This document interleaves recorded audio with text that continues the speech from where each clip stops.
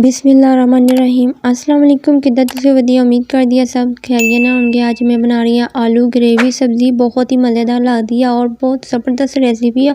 प्याज तो बगैर बनावांगे, बहुत ही सिंपल जी और आसान जी, बहुत ही मज़ेदार। उम्मीद है अज की रेसिपी तुहानूं जरूर पसंद आएगी। और इस रेसिपी में बनाया कि वा आलू में लिया और बारीक कट लिया, ठीक है ना। फ्रेंच फ्राइज जिदा आप बनाते हैं उदा इसकी कटिंग कर लेनी आ। 4-5 आलू ले सी, हुण मैं इनू फ्राई करूँगी। ऑयल फुल गर्म आ, ठीक है ना, घी फुल गर्म आ और मैं इनू फ्राई करूँगी, ठीक है ना। और अच्छी तरह फ्राई करने आ, बहुत ही इहदा टेस्ट अच्छा आएगा फ्राई करने ना। जो बनाओगे ना बहुत ही मज़ेदार बनते हैं। और इसकी ग्रेवी जी तैयार करनी है माशाल्लाह बहुत ही ज़बरदस्त होएगी। और अगर कभी ना कोई चीज़ खाने को दिन ना करे ना, जल्दी ना फटाफट रेसिपी बना लियो, बहुत ही आसान है, बहुत ज़बरदस्त लगती है और बहुत टेस्टी भी बनती है। उम्मीद है तुहानूं जरूर पसंद आएगी। मेरे चैनल पर नवे तो जल्दी ना जाके सबसक्राइब कर दो।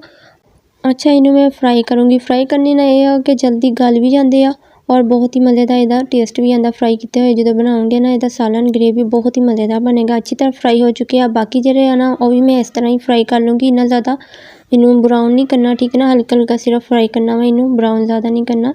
कलर चेंज नहीं होना चाहिए इसका और टेस्ट अच्छा नहीं आएगा वरना। अच्छा इनू अच्छी तरह फ्राई करूँगी। बाकी सारे मैं इदा फ्राई कर लिया और ये मैं पा रही हाँ लहसुन, ठीक है ना। प्याज का इस्तेमाल नहीं करूँगी ये। और लहसुन 1 चम्मच पाऊँगी, लहसुन का तड़का लगाऊँगी। बहुत ही मज़े की लहसुन की खुशबू आती है और थोड़ा जहा कलर चेंज करांगे ताकि खुशबू जी है ना लहसुन की बहुत ही ज़बरदस्त आए। हल्का या गोल्डन करूँगी, इन्ना ज़्यादा जला नहीं देना है, सिर्फ हल्का या ब्राउन करांगे। और कलर इसका चेंज हो चुका है। ये मैं पा रही हाँ 2 टमाटर। आलू ग्रेवी जी ना बहुत ही मज़ेदार लगती है और इसका टेस्ट बहुत अच्छा आता, मैनू बहुत ज़्यादा पसंद है और मैं बहुत शौक ना खाती है। जो मेरा कभी कोई चीज़ खाने का मूड ना आए ना तो मैं आलू की ग्रेवी बना लेंदी है, बहुत ही मज़ेदार बनती है। और जो इसका मसाला होंदा ना वो बहुत मज़ेदार और इसका टेस्ट अच्छा आता है। ये मैं पा रही हाँ 1/2 चम्मच नमक और 1/2 चम्मच हल्दी, ठीक है ना। इन्होंने चीज़ों अच्छी तरह मिक्स करूँगी। ये इस तो मैं पहला पा रही हाँ ताकि जो टमाटर है ना वो अच्छी तरह इसका पेस्ट बन जाएगा। नमक और हल्दी ना टमाटर बहुत ही जल्दी गल जाते हैं और इसका पेस्ट अच्छी तरह बनाना वा, ठीक है ना। और ये मैं पाऊँगी दरा मिर्च और ये मैं पा रही हाँ लाल मिर्च थोड़ी जी 1/2 चम्मच ही दरा मिर्च पाई है और इनू अच्छी तरह बनाई करांगे। अच्छा ये मसाले की अच्छी तरह बनाई करांगे और बहुत ही मज़ेदार इसका पेस्ट बन गया मसाले का। देखो ग्रेवी बहुत ही ज़बरदस्त बन गई है। अच्छा हुण ये थोड़ा जहा जायका और लियाने लिए ना ये मैं पाऊँगी दही, ठीक है ना। 1/2 कप दही का ये इस्तेमाल करूँगी। दही ना बहुत प्यारा टेस्ट आएगा। अदरक का बारीक चॉप किया हुआ और हरिया मिर्चा वो भी मैं बारीक चॉप कर लिया सी, ठीक है ना। और बारीक काट लिया सी और बहुत ही अच्छी तरह इसका जायका आएगा, इसका टेस्ट आएगा जरा ना माशाल्लाह अच्छी तरह इसकी बुनाई हो चुकी है। ये मैं पा रही हाँ सुक्का धनिया, ठीक है ना, बहुत ही ज़बरदस्त लगता। सुक्का धनिया ना बहुत ही मज़ेदार खुशबू आती है ये। सब्जी तो हमेशा सोहना लगता वा, हर जो भी सब्जी बनाओ सुक्के धनिया तो बहुत मज़ेदार लगता है, इसका टेस्ट अच्छा आता। ग्रेवी तो माशाल्लाह बहुत ही मज़ेदार बन गई है।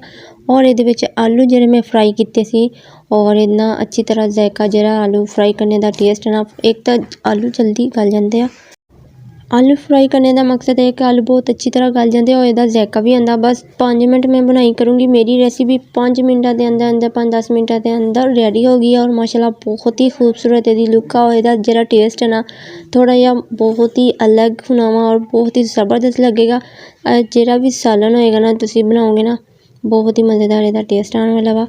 और उम्मीद है तुहानूं जरूर पसंद आएगी। प्याज तो बगैर तो बहुत ही मज़ेदार इसका ग्रेवी जी है ना माशाल्लाह बहुत ही ज़बरदस्त है और टेस्ट बहुत ही मज़ेदार है। बहुत ही ज़्यादा भुख लगी है। ये ना तंदूर की रोटी होनी चाहिए, आ चस आ जानी है, बहुत ही मज़ेदार लगेगी और माशाल्लाह ज़बरदस्त खुशबू भी आ रही है। और हरा धनिया थोड़ा जहा ये ऐड कर लूँगी। उम्मीद अज की रेसिपी तुहानूं जरूर पसंद आएगी। मेरे चैनल को सबसक्राइब नहीं किया तो जल्दी ना जाकर सबसक्राइब कर दो और नाल ही बैल आइकन का बटन प्रेस कर दो ताकि तुहानूं हर आने वाली वीडियो मिल सके। कभी थोड़ा जहा अलग ट्राई कर लिया करो, बहुत ही मज़ेदार लगता वा। और अज की रेसिपी उम्मीद है तुहानूं जरूर पसंद आएगी। आलू ग्रेवी की सब्जी बहुत ही मज़ेदार लगती है और उम्मीद अज की रेसिपी तुहानूं जरूर पसंद आएगी। मैनू कमेंट करके लाजमी दसिए तुहानूं मेरी रेसिपी किद्दां दी लगी और मेरे चैनल को सबसक्राइब करना ना भूलियो। अपना बहुत सारा ख्याल रखियो। असीं फिर मिलांगे नवे चस्के दे नाल नवी रेसिपी दे नाल। ओके अल्लाह हाफिज़।